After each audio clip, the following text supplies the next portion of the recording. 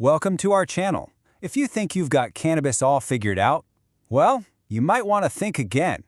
The plant has changed so dramatically that what's on the market today is a whole different world compared to what your parents, or maybe even what you, remember from back in the day.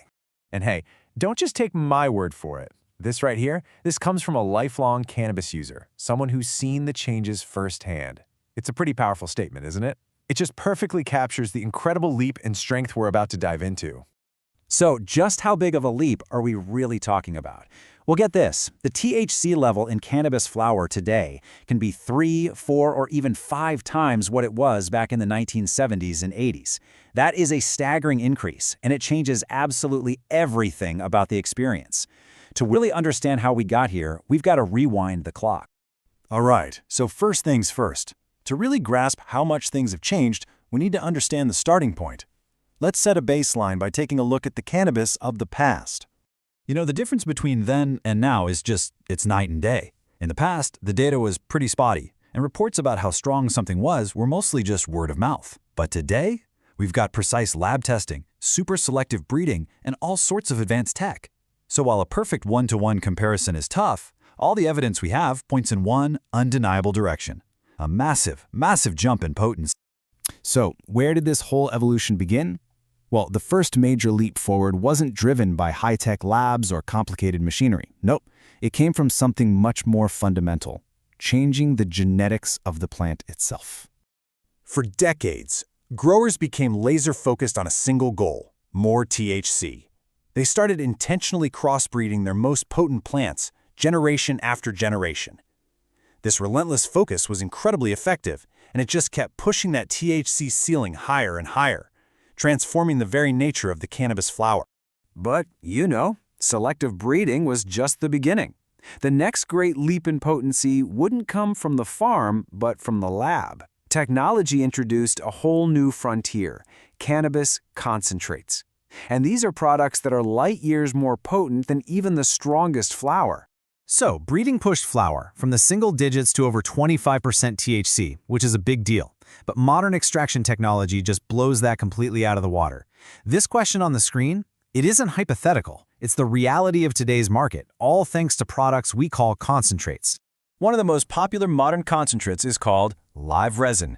The key here is really the process. It all starts with flash freezing fresh plants right after harvest. This is crucial because it preserves all those amazing flavor molecules, which are called terpenes. Then a chemical solvent like butane is used to strip out all the desired compounds. The result, an incredibly potent and really aromatic product.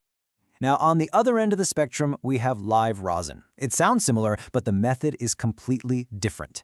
Rosin is made without any chemical solvents at all. Instead, it relies on the simple, pure application of just heat and immense pressure to literally squeeze the resinous oils directly from the plant. So we have these two powerful concentrates made in two very different ways, and that naturally leads to some key differences in the final product. It really comes down to a choice between potency, purity, and price. The choice between them really comes down to your priorities.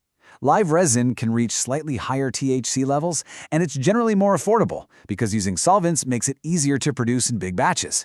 On the other hand, live rosin is celebrated for its incredibly clean flavor profile. Since it's made without chemicals, the process is way more labor-intensive, and that's why it comes with that premium price tag. Hey, if you're finding this interesting, just a quick pause to ask you to please like and subscribe. It really helps our channel a lot, and we'd be so grateful. Okay, so we've covered this whole evolution from low-potency flower all the way to these ultra-potent concentrates. So what does all this mean for you today? It means the market is more diverse than it has ever been, offering really specific products for very specific preferences. So how does a modern consumer choose? Well, if your main goals are getting the highest possible potency for a good value, especially with convenient things like vape pens, live resin is often the go-to. But if you're a connoisseur who really prioritizes a pure, solventless products with the cleanest possible flavor, then the premium quality of live rosin is probably your best fit. When you see it laid out like this, the overall evolution is just incredible. We went from an average of around 5% THC in the 70s to over 25% in modern flower thanks to breeding, and now concentrates have created this whole third tier, reaching a staggering 90% THC. These aren't small steps, they're massive, massive evolutionary leaps. Ultimately, the world of cannabis has fundamentally transformed. Potency skyrocketed, first through breeding and then through technological innovation.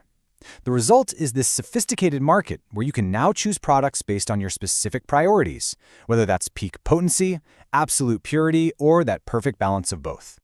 This rapid evolution leaves us with a pretty fascinating question. We've gone from simple flower to these complex, high-tech extracts in just a few decades. So, as the technology behind all of this continues to get even more advanced, what's next?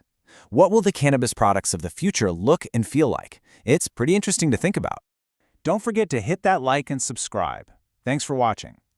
This content does not constitute medical advice, legal advice, or recommendations for the use, self-treatment, or consumption of any substance.